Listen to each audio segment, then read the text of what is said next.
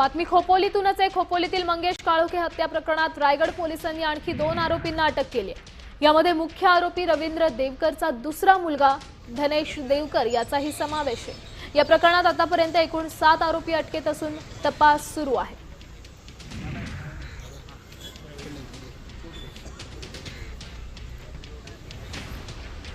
तर काळोखे हत्या प्रकरणातली महत्त्वाची अपडेट म्हणजे सध्या काही आरोपींना ताब्यात घेण्यात आलेला आहे। या प्रकरणात आतापर्यंत एकूण 7 आरोपी अटकेत आहेत आणि पुढचा तपास सुरू आहे। सध्याची मोठी बातमी म्हणजे उपमुख्यमंत्री एकनाथ शिंदे सध्या खोपोलीत दाखल झालेले आहेत।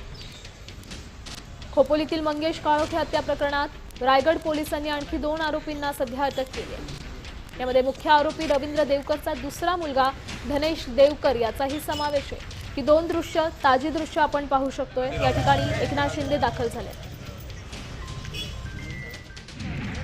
तर मंगेश काळोखे हत्या प्रकरणावरून अजित पवारांची राष्ट्रवादी आणि शिंदे सेनेत चांगलीच जुंपली।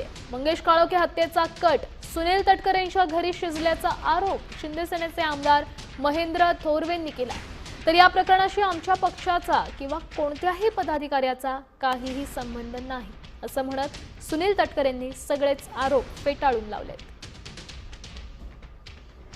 काल जे कृत्य राष्ट्रवादीकडून रवी देवकर, सुधाकर घारे या सगळ्यांनी प्लॅनिंग करून काल मंगेशची जी निर्गुणपणे हत्या करण्यात आलेली आहे। आज खऱ्या अर्थाने जर आता पाहिलं तर बीड नंतर जर महाराष्ट्रामध्ये रायगडचा आका हा सुनील तटकरे आणि याच्या माध्यमातून माझ्या कार्यकर्त्यांना जीवे मारण्यात त्या ठिकाणी येत आहे। जी घटना घडली ती अत्यंत निंदनीय आहे। त्या घटनेचा मी तीव्र शब्दामध्ये राष्ट्रवादीचा प्रदेशाध्यक्ष म्हणून धिक्कार करतो, निषेध व्यक्त करतो। त्याचबरोबर तपास यंत्रणांना विनंती करतो, माननीय मुख्यमंत्री महोदयांना सुद्धा विनंती करतो की तपास यंत्रणांमध्ये व्यापकता आणावी, आणखीन काय यासाठी स्थापन करायची असेल ती करावी, शीघ्रगतीने तपास करावा, म्हणजे मग काय असेल ते खरं समोर येईल।